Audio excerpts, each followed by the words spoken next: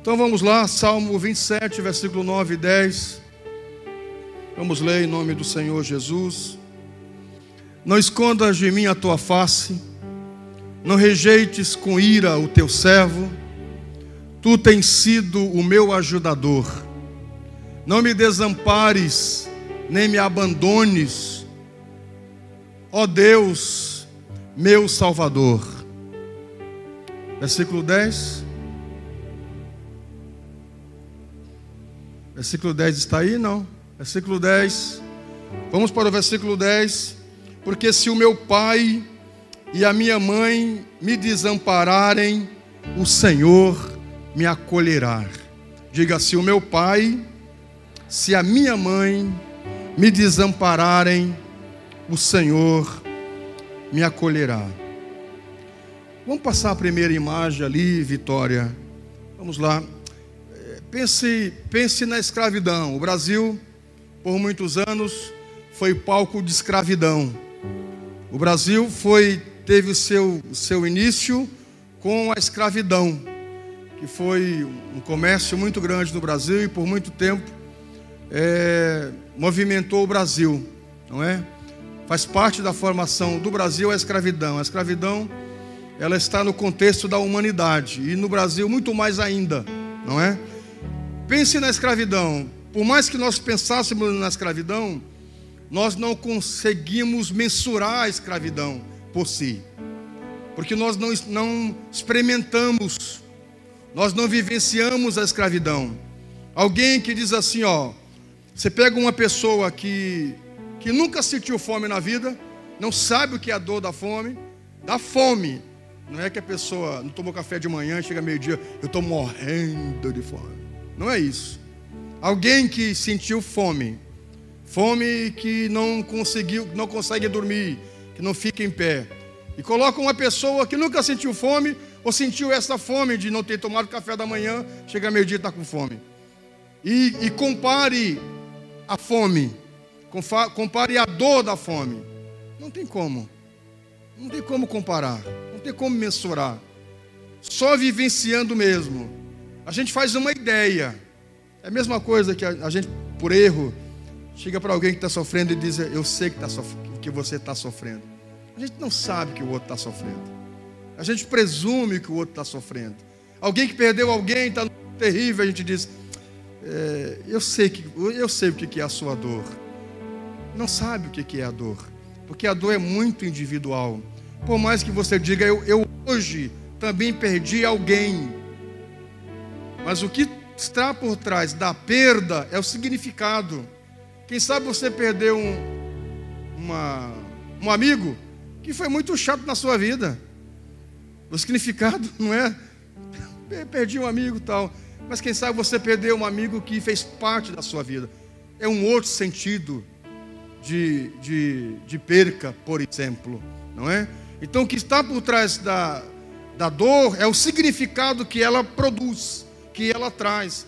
Então dizer para alguém assim: eu sinto a tua dor, eu sei que você está sentindo, isso não é verdade. A gente presume que o outro está sentindo, porque a dor, só a pessoa sabe o porquê daquela dor, sabe os aspectos que envolve, sabe todo o aspecto histórico, os sentimentos, e aí isso é muito individual. A gente então presume o que foi a escravidão, porque nenhum de nós experienciou no corpo, no físico, no emocional o que é a escravidão. Mas o que se sabe que foi muito terrível, a escravidão. O que escravidão tem a ver com rejeição? Tem tudo a ver, porque até hoje o brasileiro sofre com isso, advindo da escravidão. Muitos de nós, muito da população brasileira sofre por esse aspecto da escravidão. Então você pense na escravidão, algo que foi terrível no nosso contexto histórico. Próxima imagem, por favor. Agora, uma das piores formas de escravidão são aquelas que não aparecem.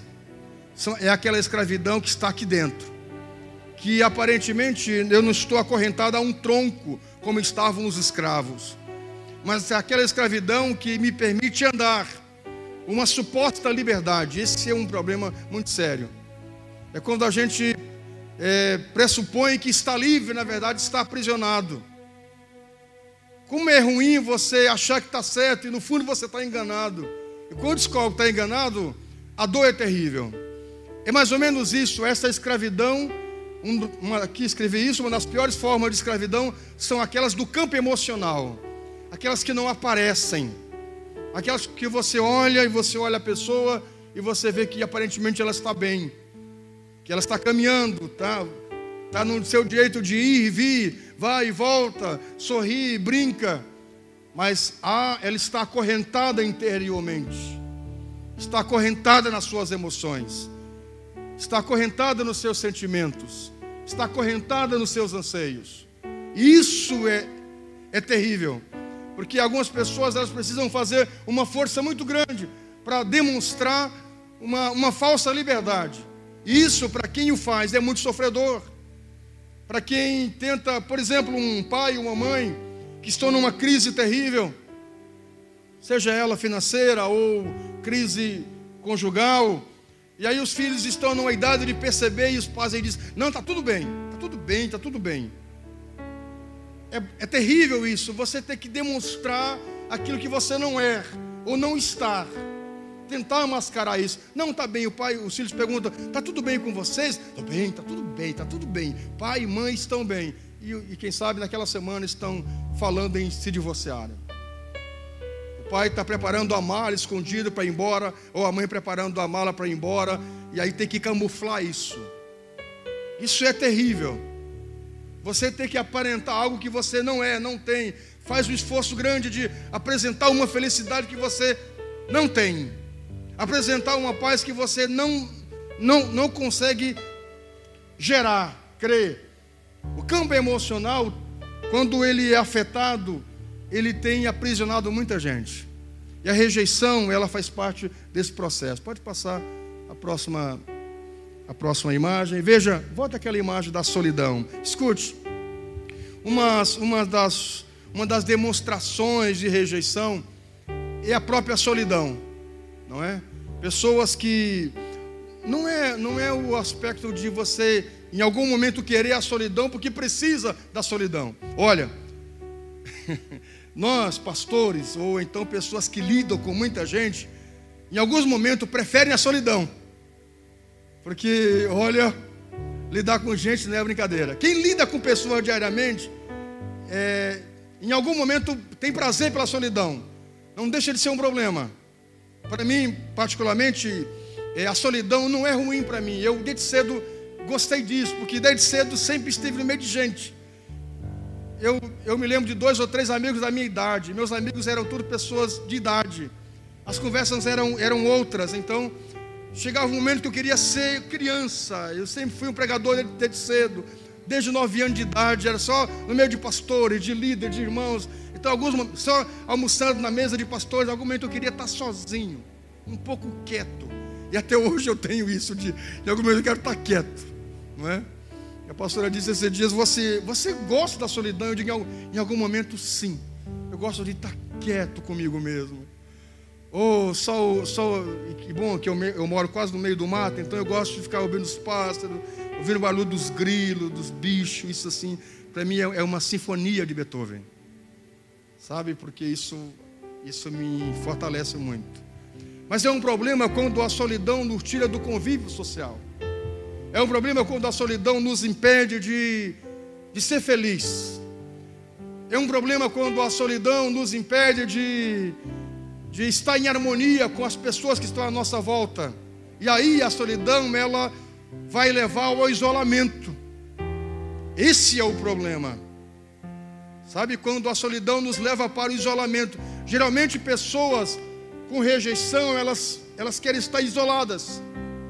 Porque o meio as rejeita. Isso é um problema. Você diz, vamos a uma festa, vamos. Não. Ela quer ir à festa. Mas como ela já foi a algumas festas e foi rejeitada, ela não quer ir.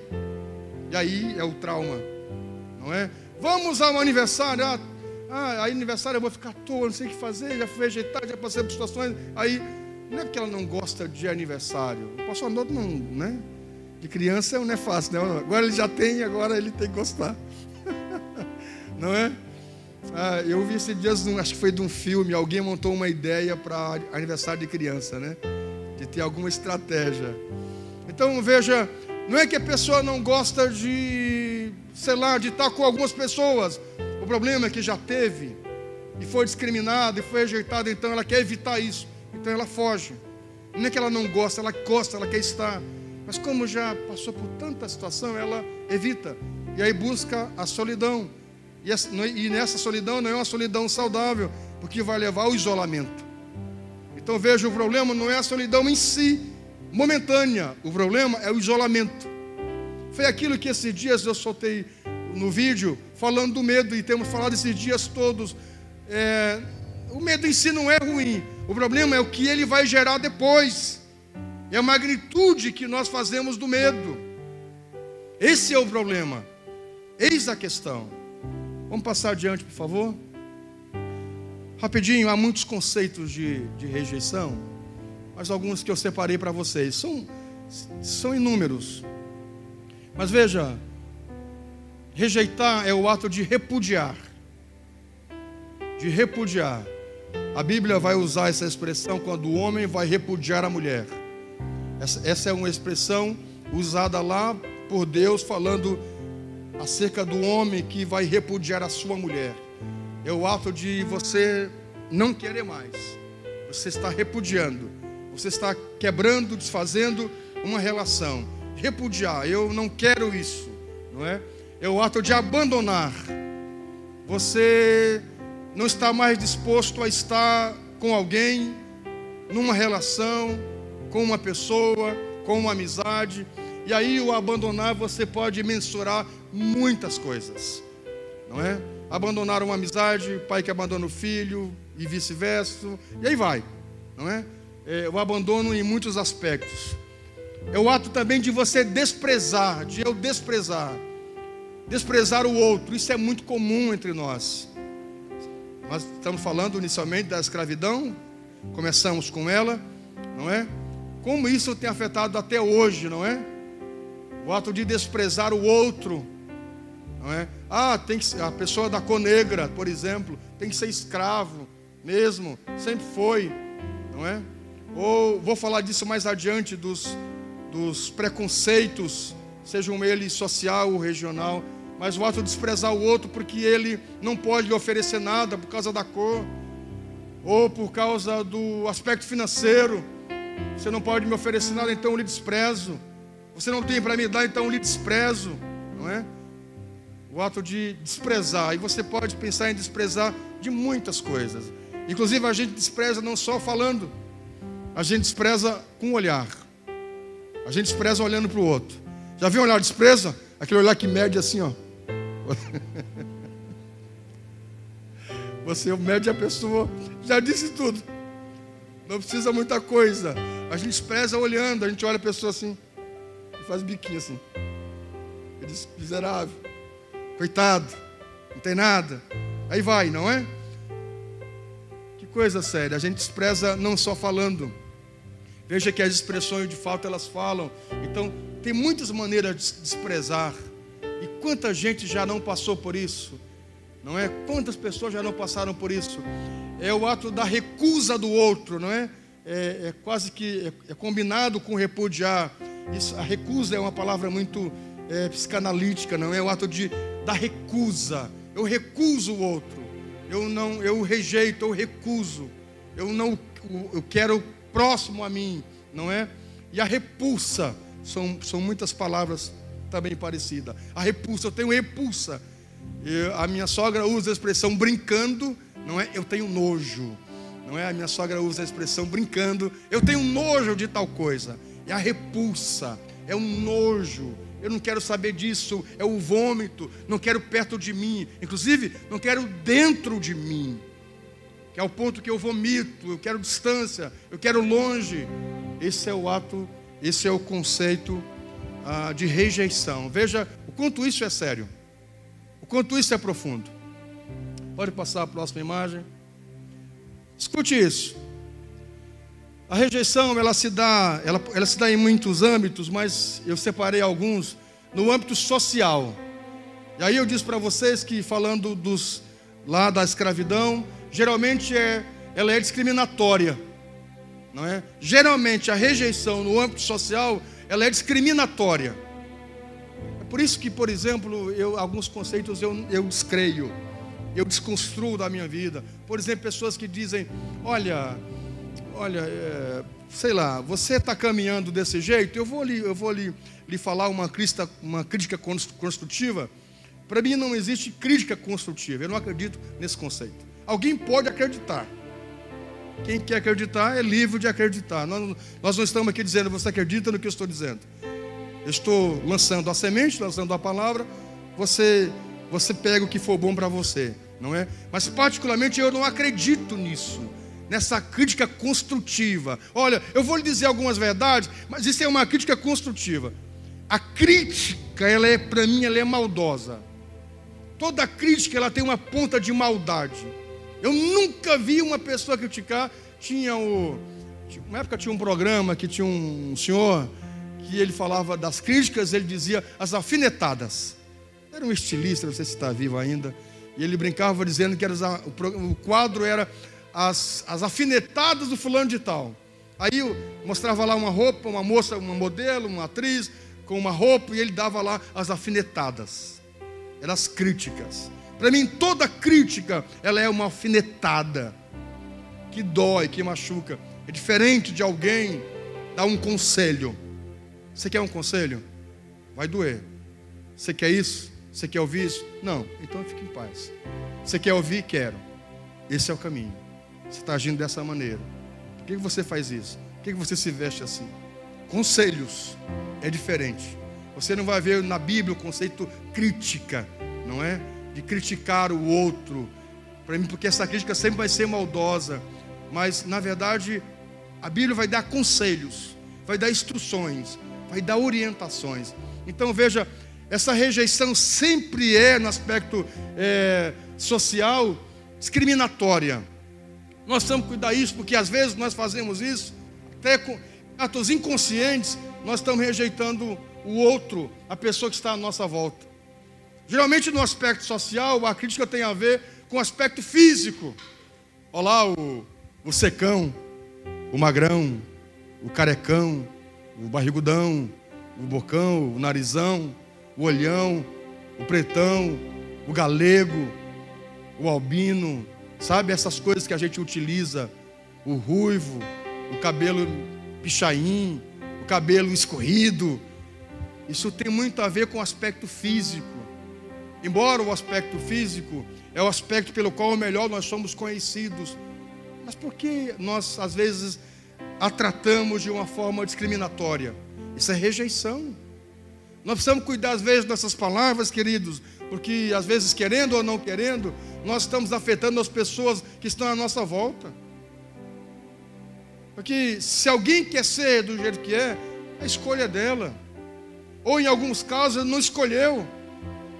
Em alguns casos nós não escolhemos os nossos pais. O que eu posso fazer?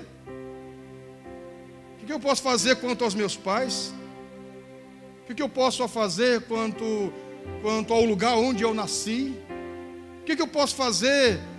Eu até posso me ausentar da família que eu adivinho, mas aí eu vou embora para um outro lugar bem longe, mas de alguma forma eu vou estar ligado à família, mesmo distante. Você até pode trocar o nome.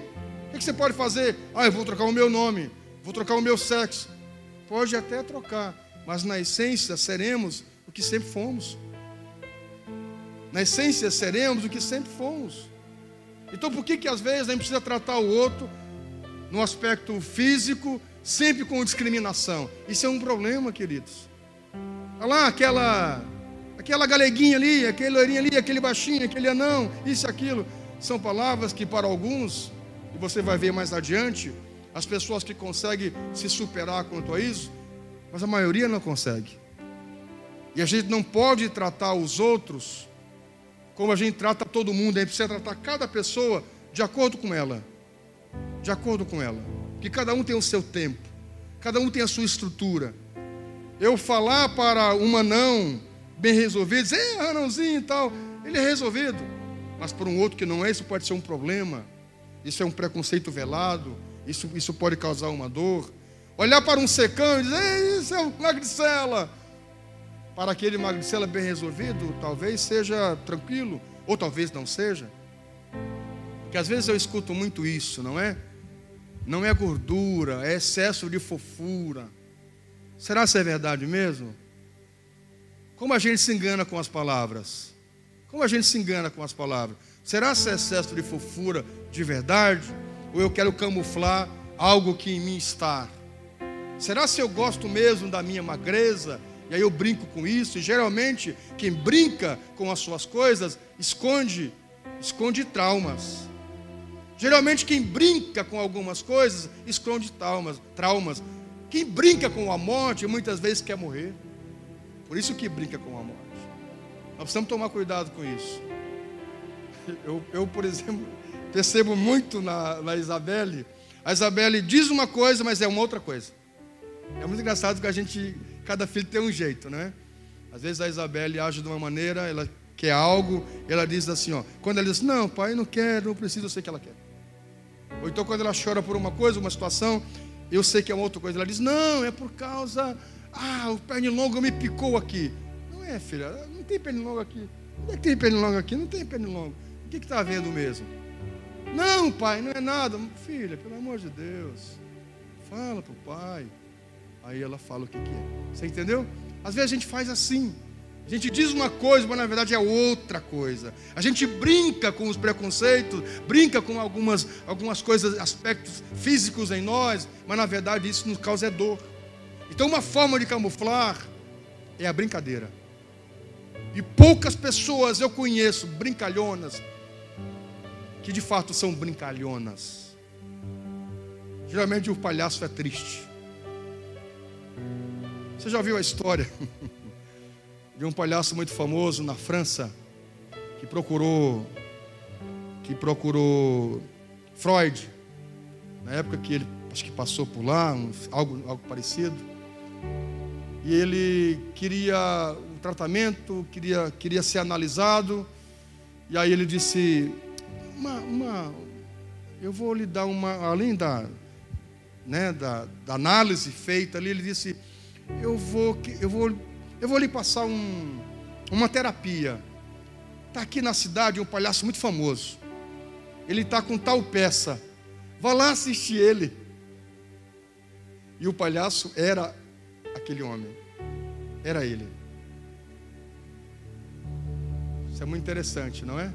Mas Freud sabia, ele só quis tocar na ferida.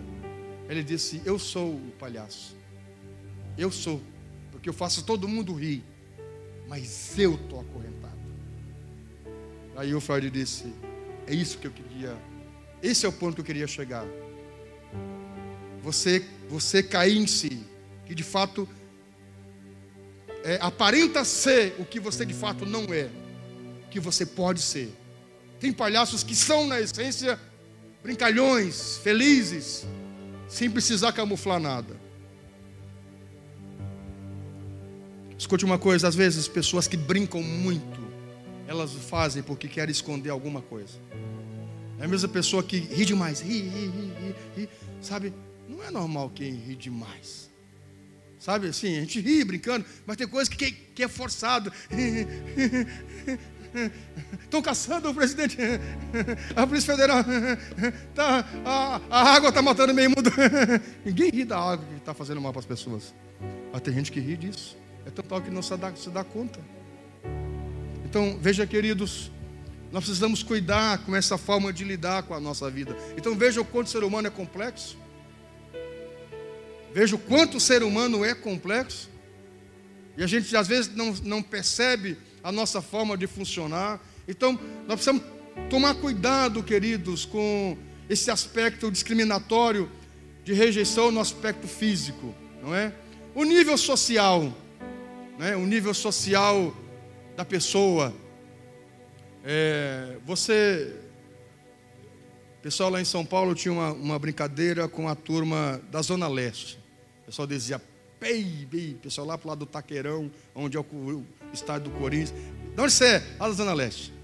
Boca brava. Às vezes a gente tem isso dentro da cidade. Você é da onde? Lá da Zona Sul. Ah, na Zona Norte. Ah, o povo da Zona Norte é mais, sabe? Lá da Zona Oeste. Ah, sabe? Essa coisa do nível social, não é regional. Pode passar, porque eu vou falar disso. Pode passar outra imagem, não é? Esse aspecto, não é, de social, regional, não é? Da região. Ah, você é da onde? Ah, eu sou lá do centro. Ah, do centro. Em alguns lugares o centro é o lugar mais simples da cidade. O lugar mais rico é a periferia. Por exemplo, você pega alguns países da Europa, Estados Unidos, as pessoas mais abastadas não moram no centro, moram na periferia. Em alguns países é diferente, na América Latina é centro. Ah, você é do centro, você é da... Sabe? O que isso interfere? Alguém tem um pouco mais de dinheiro que o outro? O que interfere? No final das contas, todos nós não somos seres humanos? Aquela coisa, não é, da idade medieval, dos lordes, sangue azul. Que sangue azul? Quem é que tem sangue azul? Ninguém tem sangue azul. Que conversa é essa? Que sangue azul? Todo sangue é vermelho. Que sangue azul? Que conversa é essa? No final das contas, nós vamos tudo para o mesmo buraco, tudo no mesmo saco. Os vikings tinham a mania de, quando enterravam os seus mortos, e juntamente com os vikings, os próprios egípcios, de fazer as pirâmides, e as pirâmides nada mais é do que túmulos, de enterrar os egípcios, no caso, enterrar os seus faraós com as suas riquezas, inclusive com as suas esposas, escravas, enterravam vivos, junto com os faraós. Não vai nada. Os vikings colocavam no barco os seus guerreiros com os seus tesouros e saltavam a mar fora. No final vai tudo para o mar. Ele não vai levar riqueza. Os gregos tinham o costume de colocar 2 moedas, uma no olho de cada morto, para a passagem para o barqueiro. Que barqueiro? O bicho vai comer do mesmo jeito. Por que então que eu vou ter que desprezar o outro porque é mais alto, porque é mais magro, porque é mais gordo, porque tem um pouco mais de dinheiro, porque tem o nariz assim, tem um olho assim? Todo mundo é ser humano, queridos. Todo mundo é humano. Por que desprezar o velho? Por que desprezar o moço? Desprezar a criança? Todo mundo é humano. Saído, feito da mesma essência. Nós viemos do pó. Para o pó nós vamos voltar. Porque alguém tem um pouquinho mais de dinheiro, daqui a pouco quem tem não tem. Ou aquele como é que chama aquele homem que se tornou rico? Eike Batista, da noite para o dia. Da noite para o dia se tornou o homem mais rico do Brasil. No outro dia não tinha mais nada. Esse é humano. Essa é a vida, queridos. Olha aquele ator, como é que é o nome dele? Que fazia o Super-Homem, Superman. Ele era o Superman, daqui a pouco ele estava entrevado numa cadeira. Qual é o nome dele? O Christopher Reeve? Tá bom do inglês. Sabe, um dia você é o super-homem, o bonitão, outro dia você está entrevado numa cadeira, outro dia você está morto. Por que fazemos isso? Olha o sobrenome. Um dia desses eu estava na roda de algumas pessoas, e aqui no sul tem muito disso que eu percebo. Conversando sobrenome, aí perguntou: como é que é o seu sobrenome? Você é da onde? Eu sou lá, tal lugar. Sobrenome? Housing. Ah, ok. E o seu sobrenome, você é da onde? Ah, sou lá, não sei da onde. Qual é o seu sobrenome? Smith, Fish, sabe? Os sobrenomes. Aí me perguntaram: o seu sobrenome, eu sei da onde? Eu disse: Santa Maria. Seu sobrenome é Carvalho de Araújo. Ah, Carvalho de Araújo, tal. Aí como é o seu sobrenome? Aí perguntou para outro rapaz assim: só que falando, Souza. Souza? Por que Souza? Eu fiquei muito chateado, eu saí da roda. Eu digo: não, isso não é para mim. Para. Por quê? Por que Souza? Que diferença faz? Souza, Silva, Carvalho, Man, X, Y. Que diferença faz, minha gente? As pessoas têm muita coisa do sobrenome, da origem da família, da onde você veio, qual é a sua origem.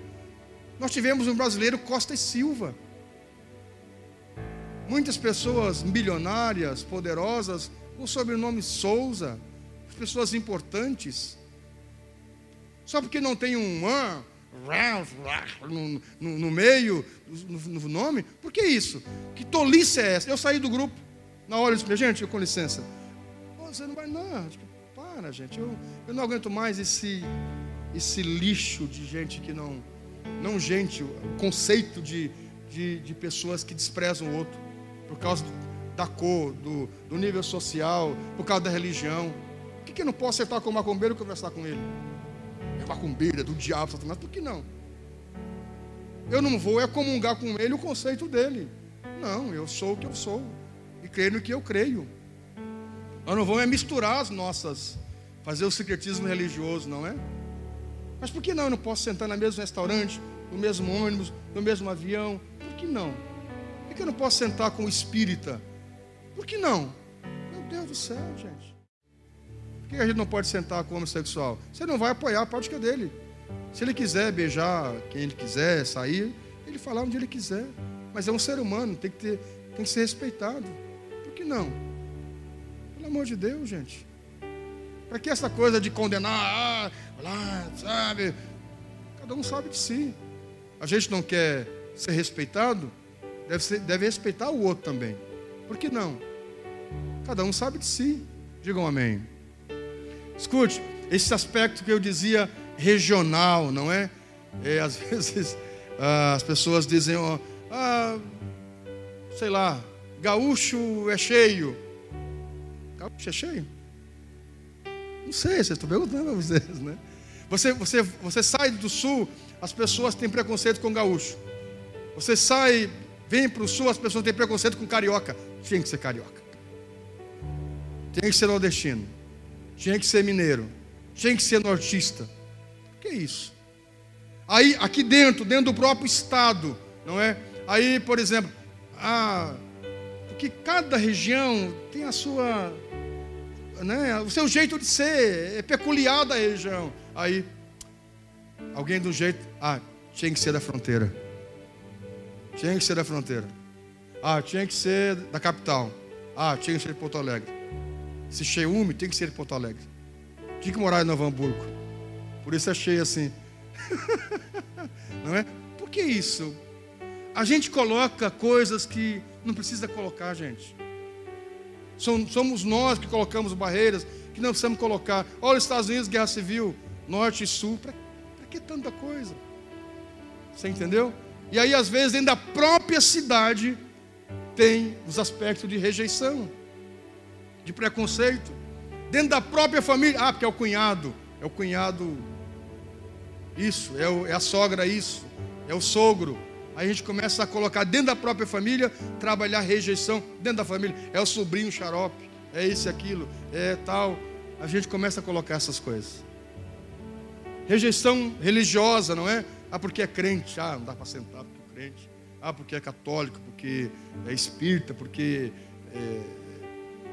sabe, nós colocamos esse tipo de rejeição em nós mesmos. Vamos lá. A parte da família, não é? Quando se dá na família, isso é comum, queridos. É muito comum no aspecto familiar, não é? É chamada rejeição parental. Quando se dá entre a família, quando a própria mãe, no próprio ventre, rejeita o filho.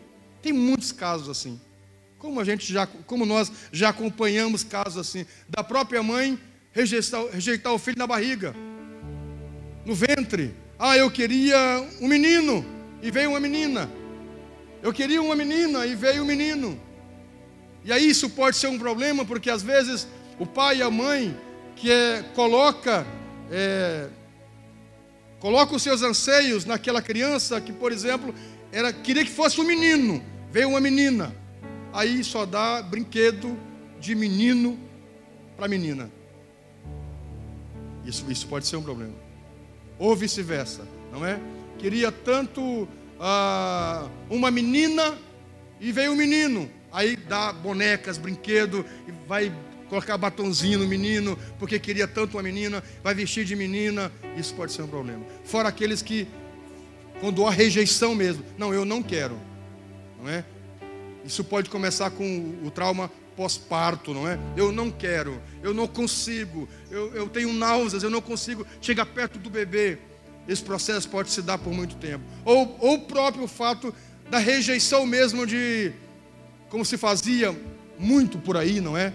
E muito das casas de saúde ganharam muitas crianças assim, não é? Quando se levava nas caixas, quando se levava enrolada nos panos e colocava, não é, nas portas das casas de saúde para as freiras cuidarem. Quantos casos até hoje de crianças rejeitadas e jogadas no lixo? Quantos casos assim? Quantos casos de abandono de pai e mãe? Eu passei por isso. Nosso pai foi embora de casa, depois voltou, depois foi de novo, depois voltou, depois foi de novo, e depois não voltou mais, não é? Eu nunca vou me esquecer da frase, não é? Eu acho que eu deveria ter 14, 13, não me lembro a idade bem, quando ele foi, que pegou as malas e foi embora. E aí estava minha mãe, meu irmão, minha irmã e eu mais novo. E minha mãe disse, vai lá. E a mãe já estava cega e disse, vai lá e pergunta que ele vai deixar para nós. E o meu pai entrando no táxi com aquelas malas de madeira grandes. E eu cheguei e disse, papai, a mamãe está perguntando o que o senhor vai deixar para nós. Ele olhou para mim e disse, se vire. É uma frase que não me dói, mas que eu me lembro sempre. Olha que engraçado, como é que o pai diz para um filho? Se virem. Fez assim para mim. E entrou no táxi e foi-se embora. Poxa, como é que alguém diz? Olha que coisa terrível. Como é que um pai vai embora de casa, pega as malas, vai embora e diz assim, se vira. A mãe cega, todo mundo pequeno, todo mundo de menor. Como é que a gente vai fazer com a vida? Olha, se vira. Olha que rejeição. Olha que prato cheio para as drogas. Olha que prato cheio para a depressão. Olha que prato cheio para o crime. Por isso que, em partes, as questões sociais, elas não são 100% causa do crime. Eu poderia ir para o crime. Eu nunca peguei numa arma. Até agora. Eu não sei depois. Eu sempre digo para a pastora, eu sou crente. Eu sou convertido. Porque assim, não, olha, vamos lá. Eu nunca fui para o crime, você entendeu? Olha que prato cheio. Se vire. E foi embora, e o carro foi embora. Olha que situação terrível essa. Você entendeu? Eu chego para ele e digo, bênção, pai. Tu quer ser pastor? Quero. Então, não te abençoo. Porque para mim todo pastor é ladrão, tu vai ser ladrão. Mas papai, o senhor me ensinou a ser homem, não ser ladrão. Não, tu quer ser pastor? Quero. Tu não vai ser meu filho. Eu não vou deixar nada para ti. De fato ele fez isso. Você entendeu? Olha que prato cheio para querer morrer, querer se matar, a depressão. Olha que situação, queridos. Então veja, o aspecto familiar é constantemente se dá a rejeição. É muito.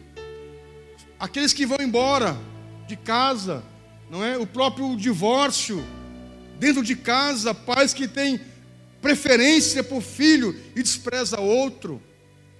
A Bíblia vai citar situações assim, não é? A Bíblia vai citar. Nós queríamos ter tempo para falar bem disso. Embora nós vamos trabalhar esse tema pelo menos mais uma semana, mais semana que vem.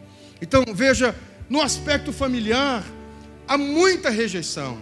Quando você percebe que um filho é mais bem quisto que o outro, é mais bem tratado que o outro. Quando você percebe que, às vezes, você não é uma rejeição camuflada, mas ela está ali, ela existe. Você entendeu? Nós precisamos tomar cuidado. Quem tem 2, mais filhos, precisa tomar cuidado com isso. Né? Precisa tomar com esse cuidado. A gente não está dando uma atenção demais para um e deixando o outro de lado. Isso pode ser ruim, tá? Rejeição por parte de pais que rejeitam os filhos, que vão embora, que abandonam, que não reconhecem, que não aceitam. Isso é uma constância sempre na vida do indivíduo. Casais de forma mútua, gente, como a gente trata casais assim? Que um rejeita o outro. Que a mulher não quer o marido, que o marido não quer a mulher, porque isso e aquilo, porque tem sabe? Às vezes porque o jeito não quer Por isso a gente recomenda os cursos da igreja. Casados para sempre, para ir para toda a vida, paz para toda a vida, aí vai, não é? Se percebe muito rejeição por parte dos casais. É aquela, pastora, nós estamos montando uma mensagem para o mês que vem, quando tudo não é o bastante, não é? Bom é o carro do outro, despreza o carro. Aí a mulher olha o carro do vizinho, aquele que é um carro, isso aí tu tem um caquedo, não é? Aquele que é um homem, tu não é homem. Imagina. Uma vez eu viajava com um casal e eu brincando falei assim: você poderia ser um vereador da igreja. Eu disse, brincando, nós viajando, eu disse, olha, e foi uma viagem longa. Eu e a minha santa boca. E eu brincando, eu disse, e é uma pessoa amiga minha até hoje, quero muito bem, prezo muito por essa amizade. Eu disse, você é uma pessoa extraordinária, e eu acho mesmo que ele o é. E disse, você poderia ser um vereador da igreja, eu apoiaria você. Eu votaria e pediria voto para você. Porque eu gosto muito de você e acho que você é uma pessoa diferenciada. A mulher, eu estava com ele no carro na parte da frente, e a mulher disse assim, esse daí, pastor? Mas nem meu voto ele ganha. Isso é um boca aberta. Rapaz, olha, ainda bem que não veio uma carreta para nós ter morrido. Eu não sabia o que fazer, nem eu, nem o homem. Eu digo, meu Deus do céu. E mulherada que rejeita esse marido. Mas tem os maridos que merecem. Mas tem os maridos que merecem, as mulheres assim, que põe a espora, a cinta e monta e sai calopando. Merece uns homens, mas uma mulher assim. O que tu acha eu casado com uma mulher dessa? Mas, a minha alemã é uma santa. Capaz. Ei, paridade. Escute uma coisa, queridos, há muito problema por causa disso, de rejeição. E escute, às vezes esses homens, eles são muito passivos, mas eles sofrem. Pior que é isso. Porque eles acham que não vão achar uma mulher melhor que essa. Santa ilusão. Santa ilusão. Tem uns homens que acham que nunca vai achar uma mulher mais linda que essa. Aí sofre os caprichos de um miserável. E tem mulher que às vezes acha que não vai achar homem melhor. Porque acha que é feia, que é isso e aquilo, que ele é o príncipe encantado. Dá um lastro esse príncipe encantado para ele se transformar.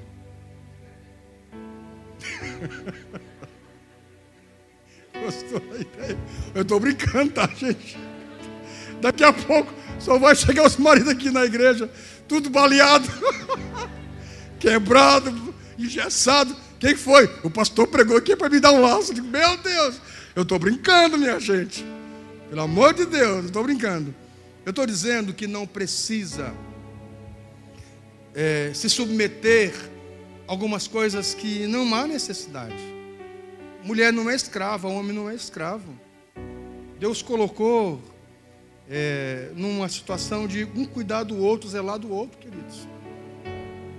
E é engraçado que às vezes há mulheres passivas que elas não dizem nada e aguentam tudo do marido, agressão física inclusive, agressão física, judio batendo. Às vezes tem pessoas que sofrem uma rejeição passiva, eu vou falar isso mais adiante, ficam caladas. É brabo, gente. Essas pessoas que sofrem assim, sofrem no físico e sofrem no emocional. A rejeição por parte do marido, por parte da mulher e assim por diante. Filhos que colocam o pai e a mãe na condição de escravos. Eu conheço gente que trata o pai e a mãe como se fossem escravos.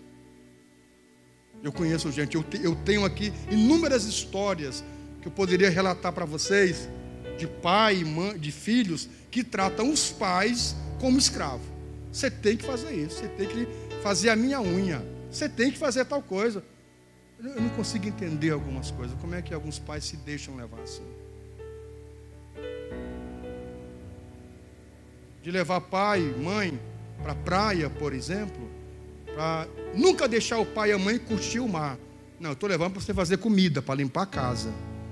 Pai e mãe, como assim? Não, eu só vou tomar um banho ali. Não, não tem que tomar banho não. Fica lá lavando a louça. Não pode ser verdade. mas existe. Esses são chamados os rejeitados passivos. Eles deixam. Afinal de contas, é o filho. Afinal de contas, é o marido. Afinal de contas, é a mulher. Afinal de contas, é o amigo. Só que o sofrimento permanece. A dor é latente. Queridos, eu vou parar por aqui. Volta só para mim lá, só vou aqui no outro. Aqui. Semana que vem, eu quero orar com vocês, porque a hora passou. Semana que vem eu vou falar sobre os tipos de rejeitados. Mas pensando que todos nós, em algum momento, já fomos rejeitados. Se alguém não, eu dou parabéns para você. Se alguém aqui nessa plateia nunca foi rejeitado por nada, meus parabéns. Você é um futuro a ser rejeitado. Se prepare, porque você vai ser rejeitado. Se você nunca foi em alguma situação na vida rejeitado, se prepare. Você é o próximo candidato. Porque em algum momento a rejeição ela vai fazer parte da nossa vida. A questão é como nós vamos lidar com ela. Semana que vem eu vou falar os 3 tipos de rejeitados. Coloque em pé, deixa eu orar com você.